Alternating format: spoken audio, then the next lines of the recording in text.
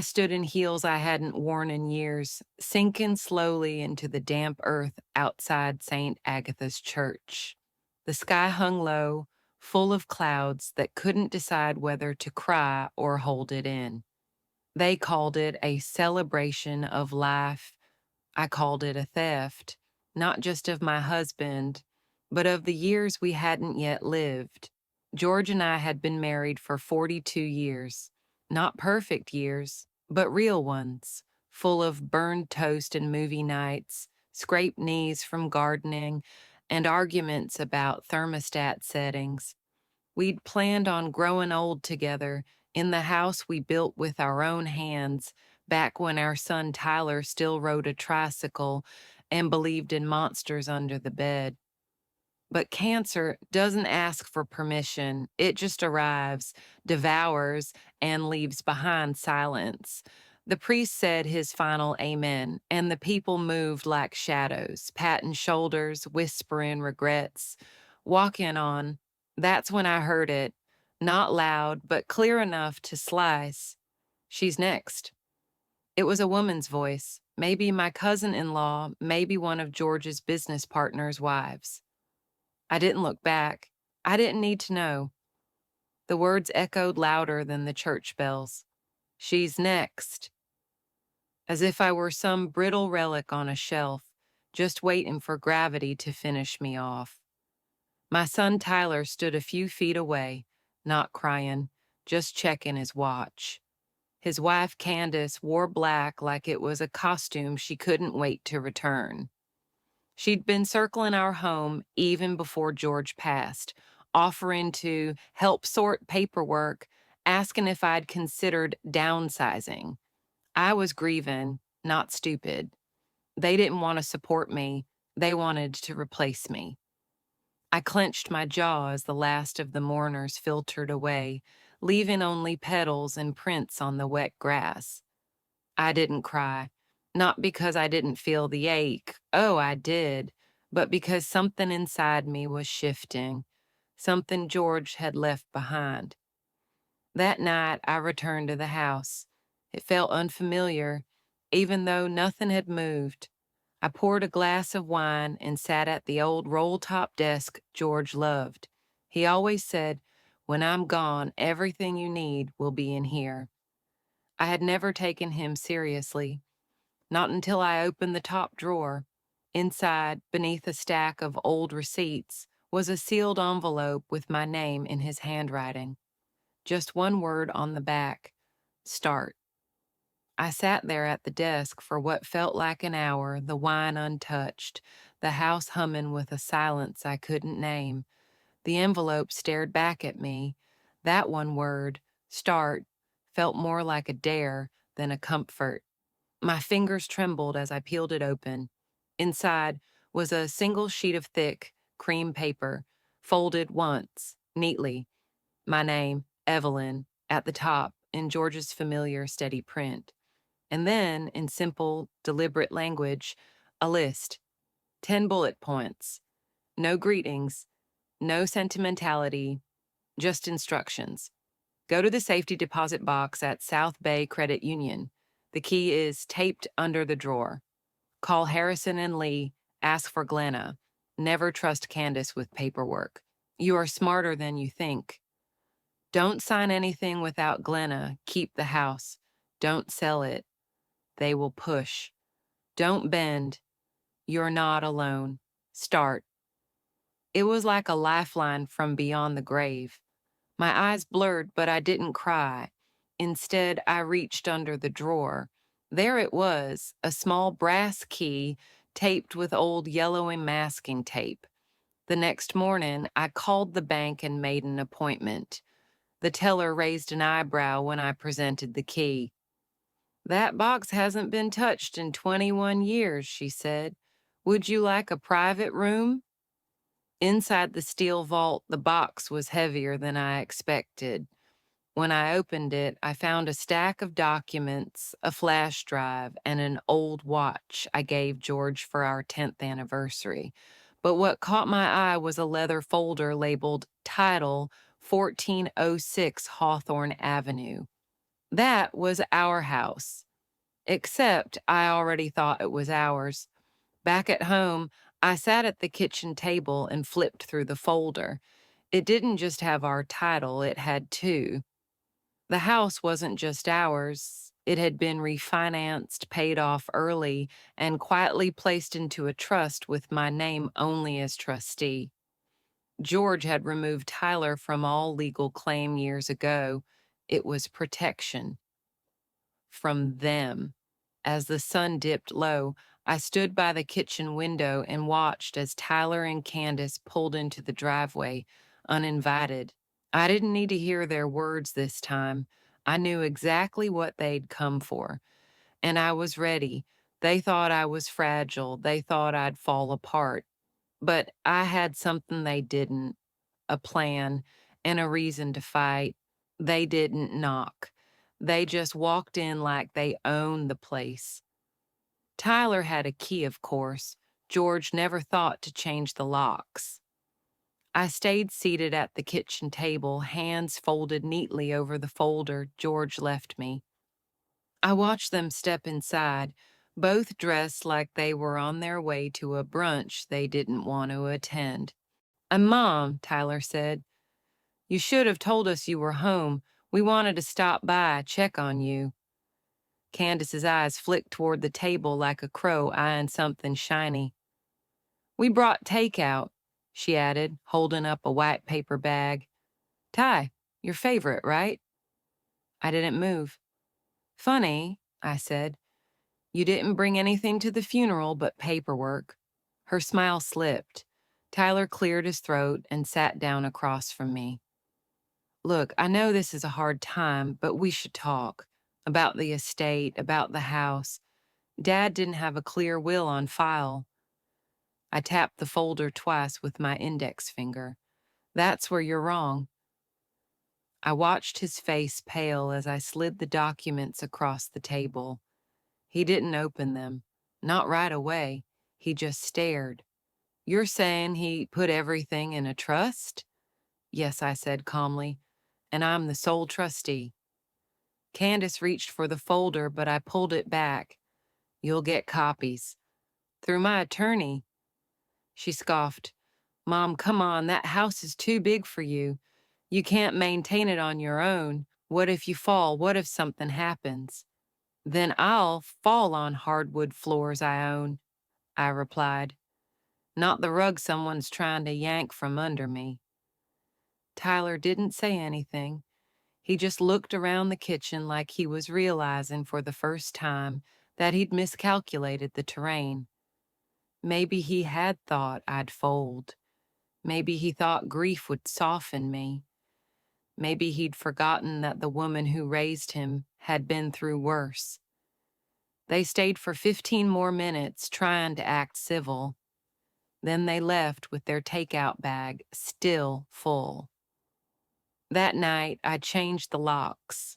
I walked through the house slowly, touching the banister George polished every spring, the fireplace mantel where our wedding photo still stood, the window he always cracked open even in winter. This house wasn't just bricks and beams, it was history, my history, and I would be damned if I let it become someone else's prize. They saw a widow. But what they didn't see was what George had awakened, not sorrow, strategy. The next morning I woke early, not out of restlessness, but purpose. I brewed a pot of coffee stronger than usual and spread George's documents across the dining table like a war map. The silence of the house had changed. It no longer pressed down on me. It surrounded me like armor. I wasn't grieving now. I was preparing. At 9 a.m. sharp, I called Harrison and Lee, the law firm George had scribbled into the note. "Ask for Glenna," he had written. "This is Glenna," the voice on the other end answered, crisp and composed. I introduced myself. There was a pause. "Yes," she said. "George told me you'd be calling." That sentence held more weight than she probably realized. He knew I'd need help. He had left breadcrumbs, but not just to survive, to win. I met Glenna that same afternoon. Her office was tucked away in a modest building off Hawthorne Boulevard. No gold plaques, no flashy reception desk, just order and quiet power. She reviewed the trust George had created. Her eyes never widened, but her mouth curled just slightly at the corners. "Your husband was meticulous," she said. "He created this trust 12 years ago and updated it annually. No one can touch this house, the accounts, or the land, not without your signature." I felt something unlock inside my chest. "He said you'd try to give it away," she continued, handing me another file. "I was instructed to make sure you don't." His words, not mine. I laughed for the first time in days. As we wrapped up, Glenna leaned forward. "Evelyn, I need to ask, has your son or his wife tried anything, pressured you?" "They're circling," I said, "but I'm no easy prey." She nodded once, sharp and approving. "Good, because they can't get to you through the trust. And if they try another angle, call me." Back home, I walked through the house and noticed the little signs of Candace's previous help. A drawer she'd cleaned too thoroughly, a document misplaced. She had been looking for something, probably the title or life insurance, or proof she could twist into leverage. Too late. I had the key now, not just to the safety deposit box, but to the entire future of this home, my home. That night, I placed George's letter back in the drawer, locked it, and slid the new keys into my pocket. Let them come with questions, I had all the answers. It was a Thursday morning when the doorbell rang. I was trimming the roses George planted 20 years ago. He always said they bloom better when you talk to them. I just started telling them about Glenna when I heard it. One ring, then two more, sharp and impatient. I wiped my hands on my apron and opened the door. There stood Tyler. Next to him, a man in a slick gray suit with a face like polished granite. "Mom," Tyler began, "this is Daniel Withers. He's a legal advisor. We just wanted to—" "No," I said. Tyler blinked. "No, what?" "No, I'm not coming to the table. No, I'm not handing over the house. And no, I'm not letting a stranger in a polyester tie set foot in the home your father built." Daniel stepped forward, already flipping open a leather folder. "Mrs. Winslow, I assure you this is just a preliminary inquiry. We believe there may be unresolved matters regarding joint ownership, and my client simply—" "Your client is my son," I snapped, "not my heir. That title isn't earned by blood alone." Tyler flushed, his eyes darting between me and the porch railing like he couldn't decide where to focus. "Mom, we're just trying to help you manage things. You're alone now and—" "Alone?" I laughed. "You mean the way I was alone when your father died and you brought me a pen instead of a shoulder? That kind of alone?" He said nothing, just clenched his jaw the way he always had when George disappointed him, which was often. "Tyler, your father left everything to me for a reason. You may not like that, but it's done. And this sideshow?" I nodded toward Daniel. "You can take it back to wherever you found it." Daniel reached into his folder, but I shut the door before the paper touched daylight. I leaned against it, heart pounding, but not with fear, with fury, not just at Tyler, but at the idea that grief was a state of weakness, that because I wore gray hair and soft shoes, I was expected to surrender, fold, fade away. I called Glenna that night, told her everything. She told me exactly what I hoped she would. Let them try. You're fortified. The next morning, I put a small sign in the yard. Private property. Trespassers will be fed lies and left disappointed. Let them read it. Let the neighbors whisper. This war wasn't just about a house, it was about being underestimated. And I was done playing small. The grandfather clock in the hallway had stopped ticking the day after George passed. I didn't bother to reset it. Its silence felt appropriate, like the house was observing a kind of mechanical mourning. He loved that clock, said it made the house feel anchored. Every Sunday, he'd wind it with the little brass key he kept in his sweater pocket. I hadn't touched it since the funeral, but on a quiet afternoon after the latest envelope from Daniel Withers showed up, thinly veiled legal jargon about revisiting power of attorney, I stood before that tall old clock and reached behind the pendulum. Something was taped inside, a white envelope, my name on the front, familiar handwriting. My breath caught. Inside was a folded sheet of paper and a photograph. Us on the porch, summer 1983, lemonade in hand, sun in our eyes. Before the world got so loud, I unfolded the letter. Evie, if you found this, it means the clock finally went quiet, and so have I. But you, my love, are far from done. By now, you've seen the trust, you've met Glenna, and you've likely been visited by people in ties pretending to be concerned. Let them talk, let them knock. You know where the real power lies, in silence, in steadiness, and in truth. Don't hand them the life we built. Make them earn the right to even stand on the porch. You've always been the strong one. You just never had to flex before. I pressed the photo to my chest and let myself cry. Not like before, not out of confusion or sorrow, but out of sheer rage, the good kind, the kind that clears your veins and sharpens your spine. They were trying to take what he gave me, and now I had proof in his own hand that he never intended to let them. I made 5 copies of the letter, sealed one in the safe, gave one to Glenna, and stashed another inside the fireplace flue. Just in case, I mailed a 4th to myself, certified, for future record.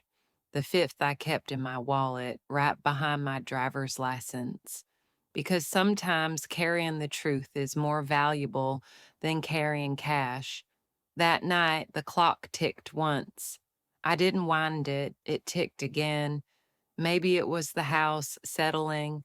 Maybe it was just wind, or maybe, just maybe, George was reminding me. I wasn't just surviving, I was fighting.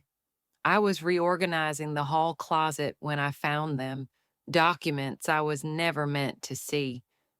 Not because they were hidden well, but because Candace assumed I wouldn't think to look.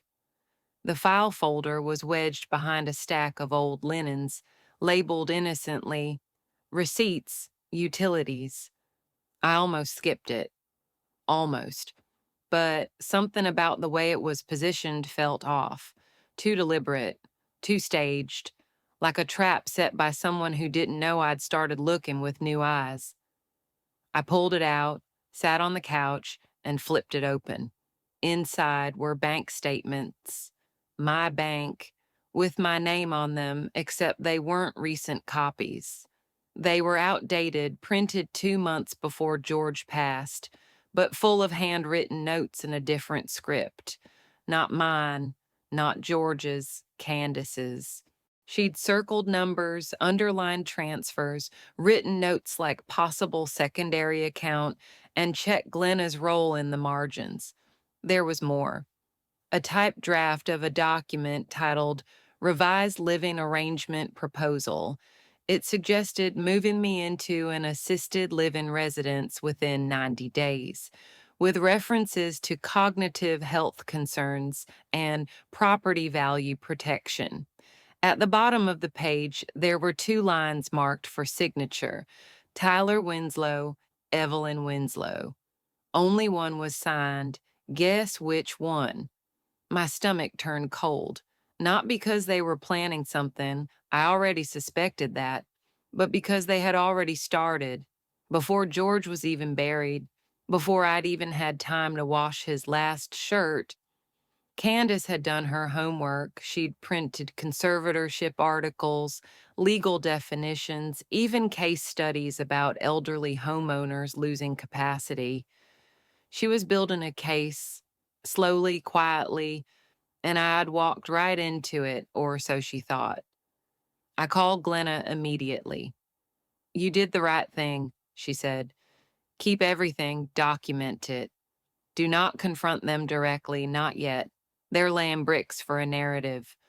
We'll dismantle it one stone at a time." I hung up and placed the documents in a fireproof lockbox under the bed. I labeled it Christmas decorations. Let them look, let them try. They thought they were setting the stage for my exit. But I was rewriting the third act. And in this one, the widow doesn't vanish. She owns the house by curtain call. It happened during what Candace called a casual check-in.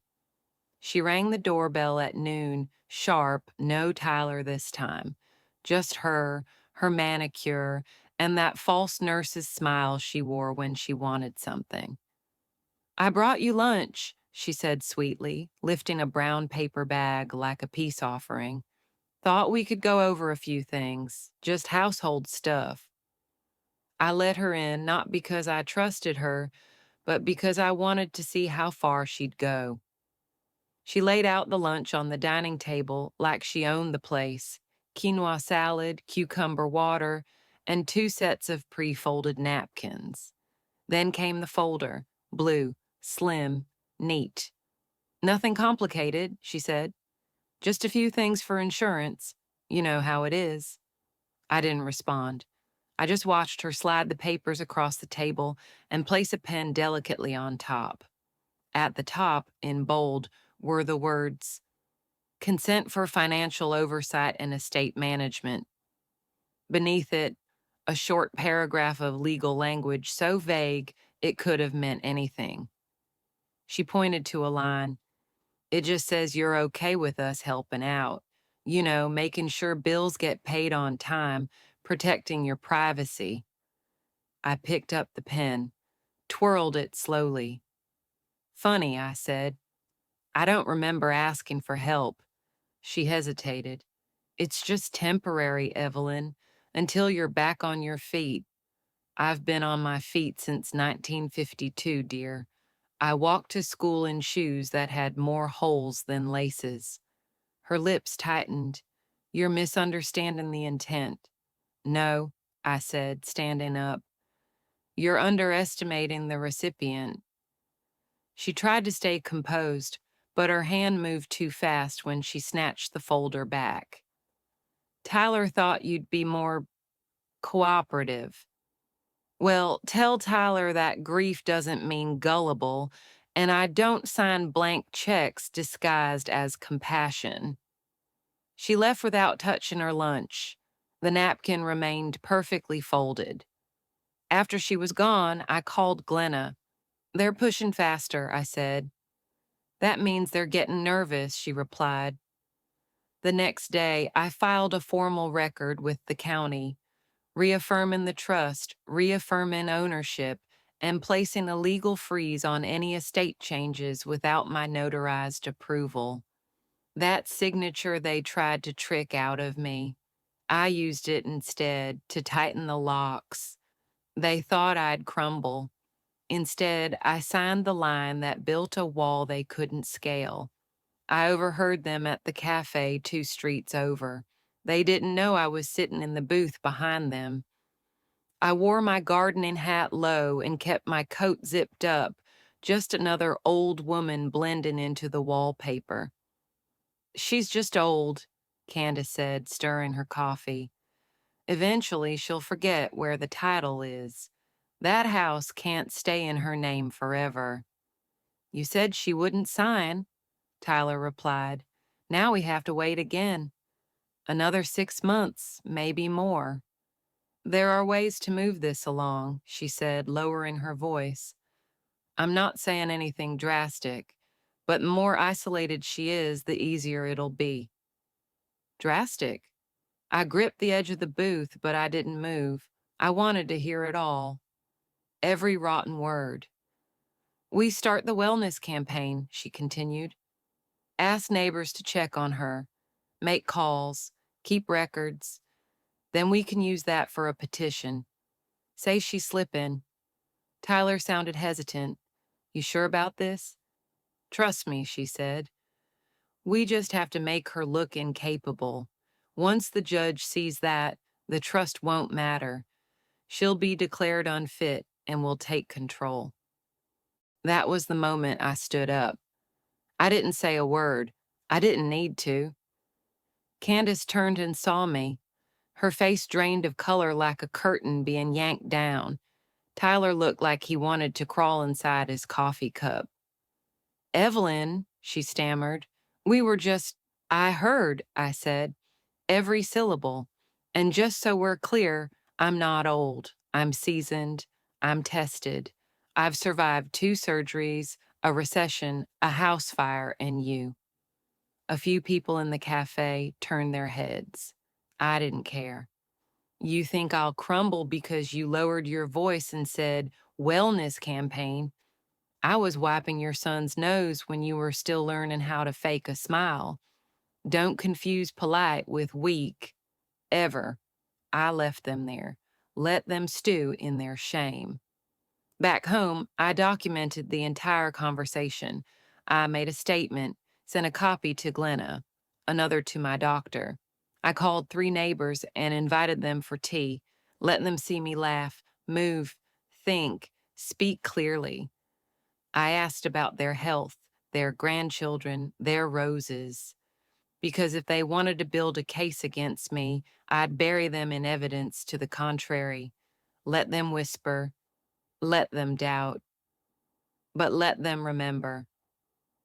I've been underestimated all my life, and it's never worked out well for the ones who tried. Glenna's office had no marble floors or leather couches, no gold nameplates or espresso machines humming in the background, just her, a sturdy desk, and 2 filing cabinets that looked like they hadn't moved since the Reagan administration. And yet, when I stepped inside, I felt like I was entering a war room with a general who didn't blink. She motioned me to sit. I reviewed the statements, the audio notes, and the incident at the cafe, she said. You've done everything right. Now it's time to go on offense. I raised an eyebrow. Offense? We file a notice of intent to protect estate integrity. It's non-confrontational, but it legally flags any attempt to question your competency or undermine your authority as trustee. We'll also record affidavits from your doctor, neighbors, and myself confirming your mental clarity and independence. If they try to push a conservatorship, they'll be walking into a wall. She handed me a document. Durable declaration of intent and capacity. At the bottom was a signature line. Mine. I hesitated, not out of fear, but reverence. George had done everything he could to protect me, but now this part was mine alone. What happens when I sign it? I asked. You stop playing defense, she replied. You become untouchable, legally, financially, publicly. I signed, in bold strokes. My hand didn't shake. Glenna slid the papers into a manila envelope and sealed it. By the way, she said, almost as an afterthought, do you want to send a formal notice to your son and daughter-in-law? No, I said. I want them to wonder what I've done.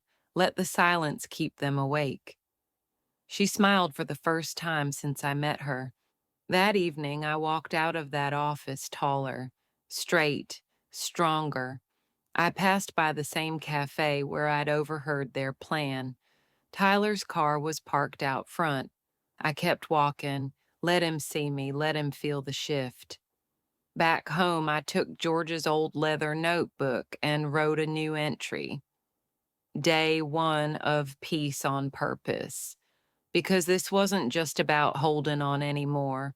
This was about claiming the life they thought I was too tired to protect.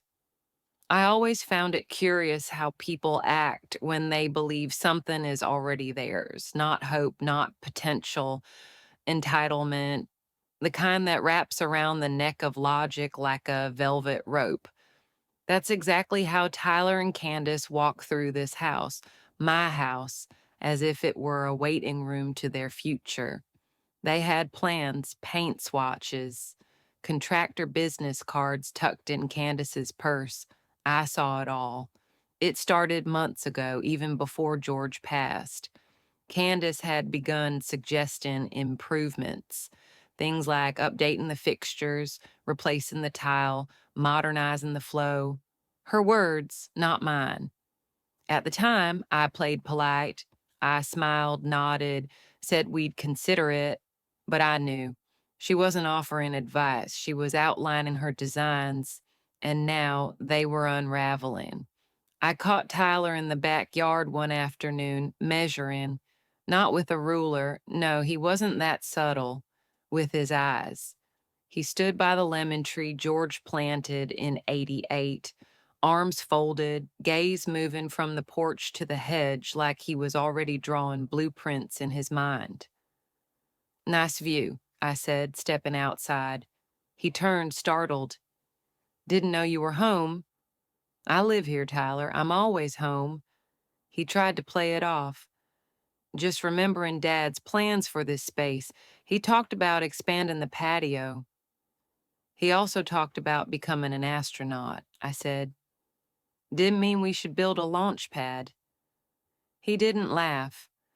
Look, he said, tone shifting. You know Candace and I love this place. It's always been part of our future plans. That's the thing about the future, I replied. It doesn't care about your plans. It listens to your paperwork. He went silent.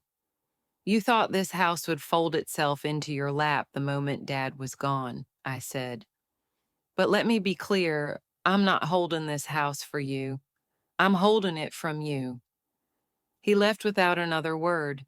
That evening, I opened the old chest in the bedroom, George's keepsake box.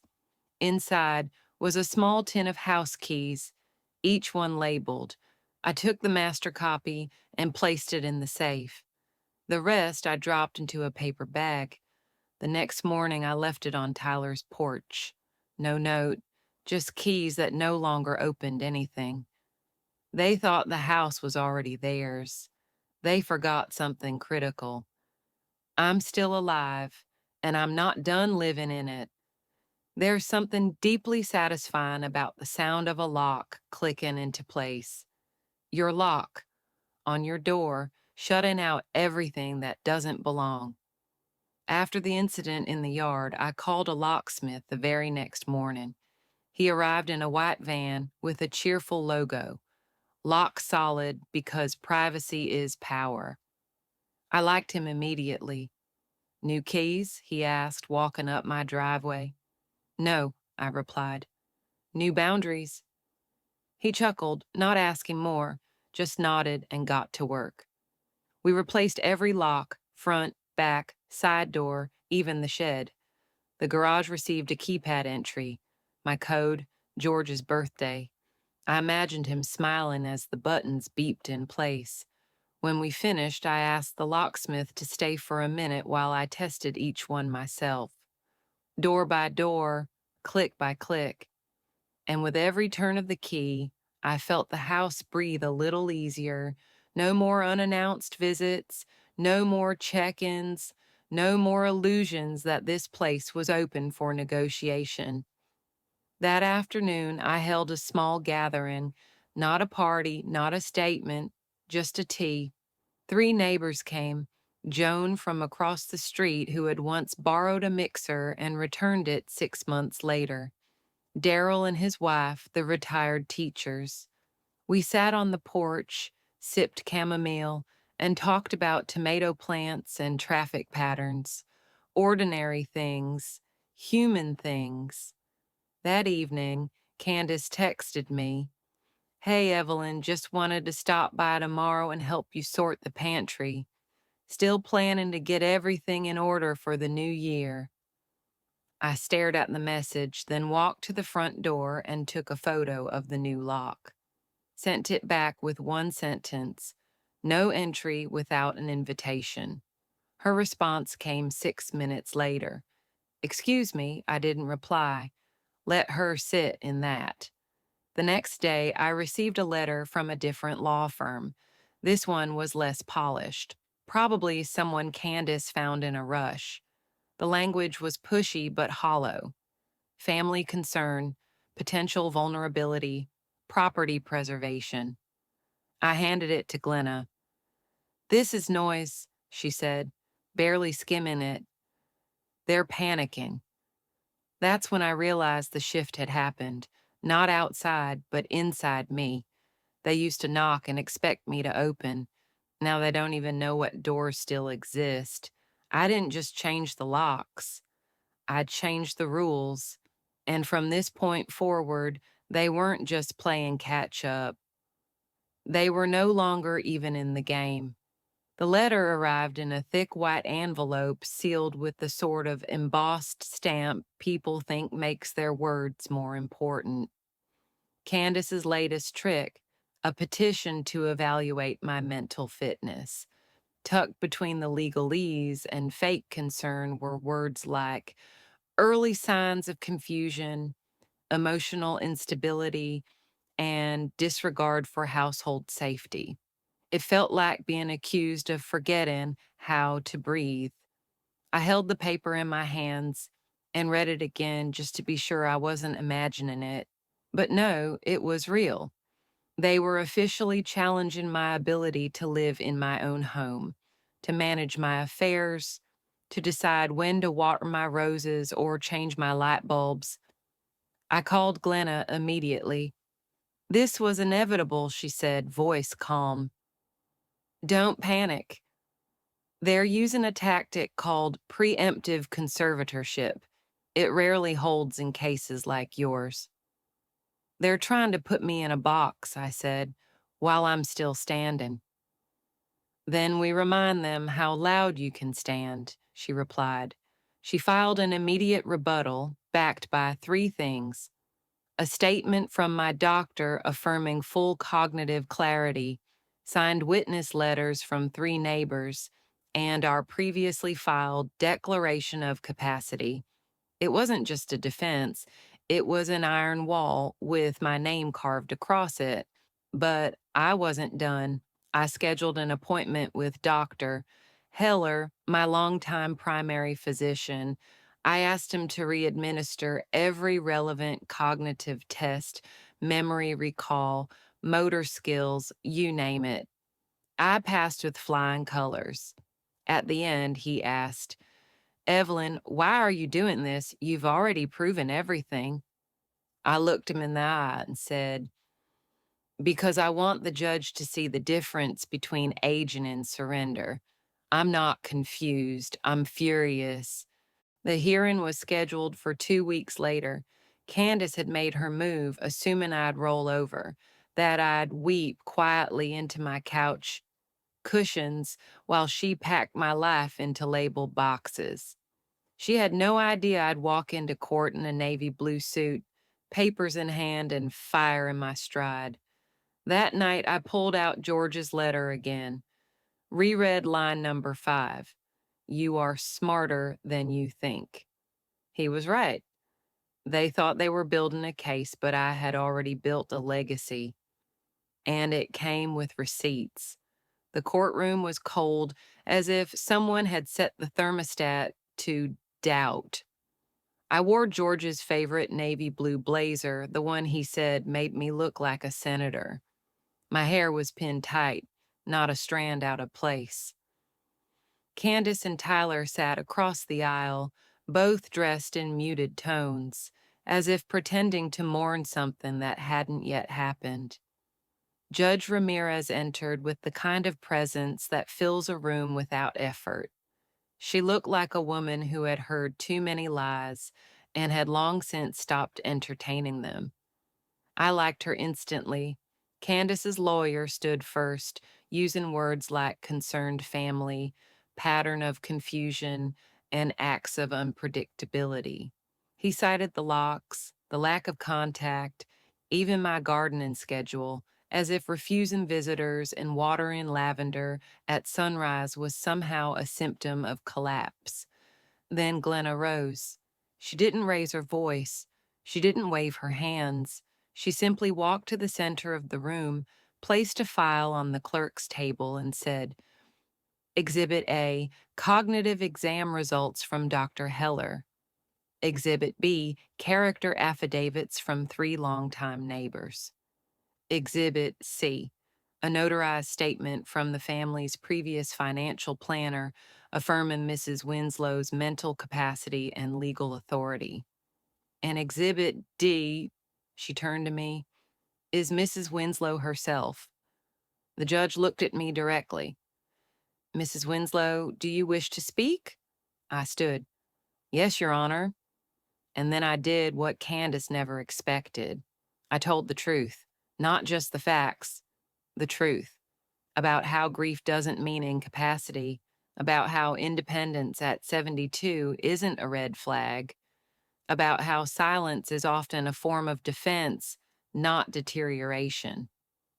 They didn't come here because I've lost my mind, I said. They came because I didn't lose control. The judge didn't say a word for a full 10 seconds. She flipped through the documents, tapped her pen, then looked up and said, Request denied, case dismissed. This court finds no evidence of diminished capacity and recognizes Mrs. Winslow as sole legal authority over her estate. Tyler didn't look at me as he stood to leave. Candace, for the first time, had nothing to say. Outside the courthouse, Glenna smiled and handed me a copy of the ruling. You just buried their plan, she said. Good, I replied. Next time, I'll bring a shovel.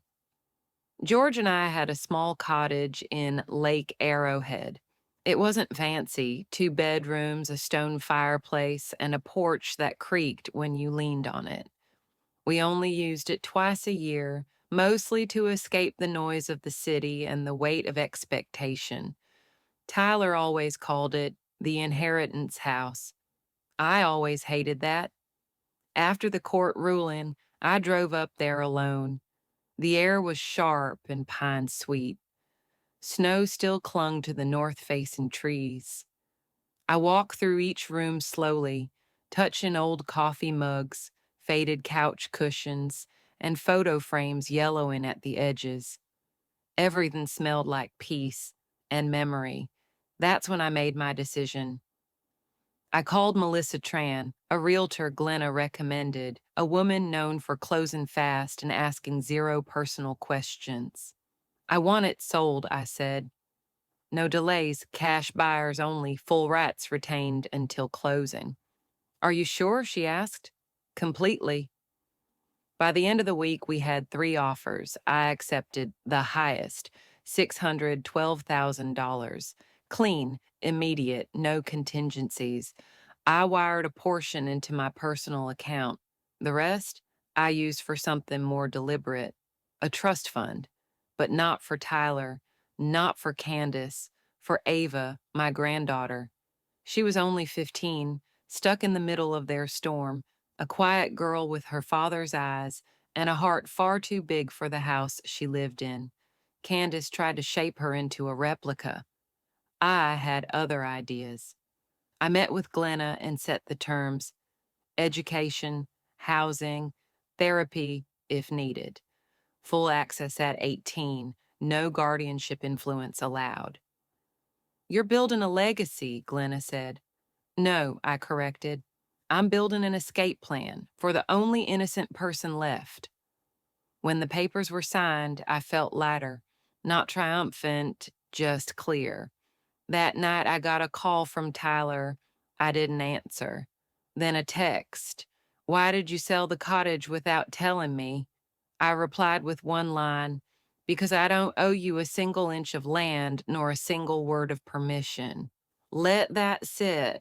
Let him taste what it's like to lose control of a narrative he thought he'd written. They wanted to play war. They forgot I'd spent decades learning strategy quietly, patiently, through marriage, motherhood, and now widowhood. They brought lawyers and threats. I brought clarity and a pen. And with one signature, I dismantled the kingdom they were trying to build before they ever laid the foundation. The envelope was pink, tucked under my welcome mat, sealed with a sticker of a cat wearing sunglasses. That's how I knew it was from Ava. She always found ways to reach me, even when Candace tried to shut every door. She once slipped a birthday card through the slats of the backyard fence. Another time, she mailed me a letter from her school's office addressed to Grandma Queen. I opened the letter slowly, careful not to rip the sticker. Hi, Grandma. They're saying mean things again. Dad is upset. Mom says you're unstable and manipulative. But I know better. You're the strongest woman I know. Stronger than Dad. Stronger than all of them. My hand trembled, but not from age. I know about the trust. I don't know how, but I just do. Thank you. I'll do something good with it. I promise I won't let their anger turn into mine. Then, in larger letters at the bottom, almost a command, don't let them win. It wasn't a child's plea, it was a warrior's vow. I folded the letter and placed it in the drawer with George's final notes. Two worlds, connected by ink and blood. Later that week, Ava called me from a friend's phone. Hi, she whispered. Hi, baby, I said softly. Are you okay? I am now. She told me Candace had started going through her phone, that Tyler had been angrier than usual, that things at home felt like walking on glass. I just want peace, she said. That's all I ever wanted, too, I replied. I told her about the fund, about the education clause, about how she'd have a key to her own future. She didn't cry. Ava never cried, but her silence cracked around the edges. Thank you, she whispered. No one sees me. You always did. That night, I sat on the porch with a glass of wine and watched the wind move through the roses. For the first time, I realized this battle wasn't about money or power or property.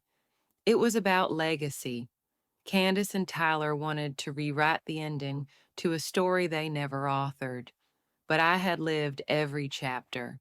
And now, with Ava, I had written the prologue to something new. They could have the inheritance if that's all they ever cared about. But she would have something better, a map, a shield, a choice, and they could never take that from her. They called it a family reconciliation dinner. Candace sent the invitation through email, formal, impersonal, and riddled with veiled control. We'd love to break bread and find peace as a family. Let's leave lawyers at the door. I didn't respond, but I showed up. I wore a dress George always liked, deep plum, soft sleeves. I brought my own lemon tart. I figured if I was going to stomach their version of healing, I might as well bring dessert worth remembering. Tyler opened the door, surprised. Candace was behind him, already smiling too wide. So glad you came, she said. I'm here for Ava, I replied, and for clarity. The table was set perfectly, too perfectly, as if they'd staged the whole thing. Cloth napkins, polished silver, a candle in the center that hadn't been burned once. We ate in shallow conversation, the weather, the school budget, gas prices. Candace laughed a little too hard at every dull thing Tyler said. Ava sat quiet, eyes darting between us like she was translating different languages in real time. Then Tyler cleared his throat. So, we were thinking maybe it's time to let go of the tension, he began. We've all made mistakes, Candace added, but this family doesn't work when we're divided. I sipped my tea slowly. Division didn't begin with my resistance, it began with your assumption. Mom, Tyler sighed, we just want to move forward.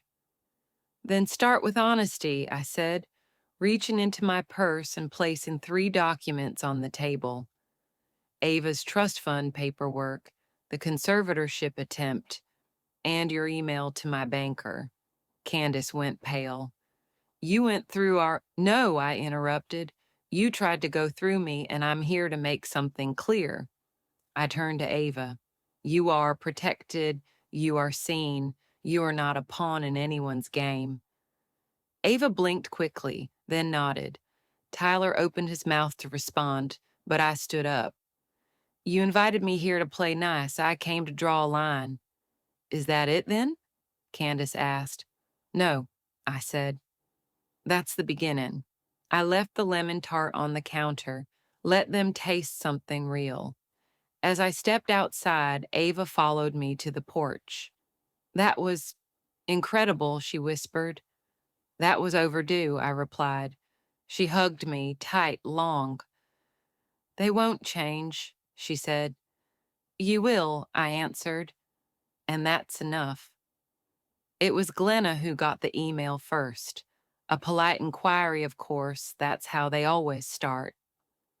We're wondering if Mrs. Winslow might consider a family mediation session to settle things amicably and revisit asset distribution with empathy and maturity. Translation, they were waving the white flag, but only because they were out of ammunition. Glenna called me before responding. Do you want to engage? She asked. Yes, I said, but on my terms. So I drafted the reply myself. Dear Tyler and Candace, peace has always been available to you. You mistook my silence for surrender. You mistook my age for weakness. You mistook my grief for confusion. But what you failed to understand is this: I did not survive loss to be bullied by legacy hunters. I have one demand and one only: leave me, my home, and my granddaughter out of your estate calculations. For good. That is my price for peace. We sent it. The response came a day later, one sentence: we will consider your wishes and no longer pursue further legal action. I printed it, framed it, hung it inside the hallway closet, my own quiet trophy. That evening, I brewed my favorite chamomile blend, opened the kitchen window, and let the breeze pass through the curtains. For the first time in months, there was no looming threat, no suspicious envelope, no strained knock at the door, just wind and stillness. I walked the perimeter of the yard, checking the gates, the garden, the stone path George had laid with his own hands. The solar lights blinked to life, one by one. I whispered aloud, we made it, George. You gave me the map, and I followed it all the way home. Later that night, Ava called. They've stopped pushing, she said. I don't know why, but they seem tired. They lost, I said, even if they don't know it yet. What now? Now, I replied. We live. We plant things. We water what matters. That's a revenge they'll never understand. I didn't want money. I didn't want revenge. I wanted peace. And peace isn't a prize you win in court. It's a space you reclaim, inch by sacred inch, until no one else can put their name on it again. It wasn't supposed to end in court, but when they tried one final push, a quiet challenge to the educational trust I'd set up for Ava, I knew I had to finish this where it started, in front of a judge, with my voice and no apology. The courtroom was smaller this time. No jury, just a probate judge with silver hair and reading glasses, and a clerk who barely looked up from her screen. Candace was there, of course, all black blazer and stiff posture. Tyler looked tired, not angry, just worn. I couldn't tell if it was guilt or defeat. It didn't matter. Ava wasn't present by court order, but she'd left me a message that morning, a voice memo. I know they're trying again. Don't hold back, Grandma. I know who you are. Say it like you always say it, clear and strong. So when they called me to speak, I stood. No notes, no trembling hands. Your Honor, I began, this trust was created for the sole benefit of my granddaughter. It is not a manipulation nor a slight. It is a promise, one that protects her from the same entitlement that nearly stole my home, my dignity, and her future. I glanced at Candace. She flinched, but I didn't pause. You may think I'm just an aging woman defending some property, but this is not about money. This is about intention, about protecting the only person in my family who never used my grief as an opening. The judge leaned forward. Do you have documentation of her wishes regarding this trust? I do, I said, producing a sealed envelope with Ava's signature, a school counselor's co-signature, and a video recording on USB. Glenna had advised me to cover every angle. I had done so and then some. The judge reviewed everything, then looked back at me. Mrs. Winslow, I find your actions to be within all legal and ethical bounds. The trust stands. This challenge is dismissed. Candace didn't look at me as she left. Tyler did, just once. There was something behind his eyes, something that might have been apology or recognition, but he said nothing, and that was enough. Outside, the sun was high, the breeze was warm. I stood on the courthouse steps and let it all settle, not just the ruling, but the long ache that had weighed on my chest since George passed. It was gone, because I had done it, not for revenge, not for ego, but for every woman who has ever been told she's next. I wasn't next, I was now. The house was quiet again, but not the kind of quiet that aches. It was a peace I had built myself, one decision at a time, like bricks laid with steady hands. There were no more letters at the door, no calls from lawyers, no passive-aggressive check-ins disguised as family concern, just stillness, mine. I stood in the garden with shears in hand, pruning the lavender. George always used to say, cut it back and it grows stronger. I hadn't understood the wisdom until now. Ava arrived that afternoon, backpack slung over one shoulder, sneakers scuffed from walking. She hugged me before saying a word. I can breathe here, she whispered. That's all I ever wanted, I replied. We sat on the porch and ate peach cobbler. She told me about school, about art, about how she was thinking of applying to a college out of state. I nodded, hiding the lump in my throat. Will you come visit? She asked. Only if you promise not to hide the good coffee, I said. She smiled. Before she left, she handed me a folded piece of paper. On the outside, for later. That night, after the porch light flickered off and the crickets began their choir, I unfolded the note. Grandma, they thought you were the end of something, but you were just the beginning. I'll never forget how you stood your ground, how you loved without folding, and how you reminded me that family isn't who claims you, it's who protects you. Thank you for protecting me. I'll carry it all with me, forever. The tears came quietly, not out of sadness, out of completion. I walked through each room of the house, touching the walls like they were part of my skin. The hallway, the photo frames, the worn step that always creaked under George's heel. This wasn't just a house, it was proof that I had lived, that I had fought, that I had not gone gently into the corner they made for me. They said I was next. They meant forgotten, faded, removed. But instead, I became something else entirely. I became the storm they never saw coming. And when it cleared, I was still standing.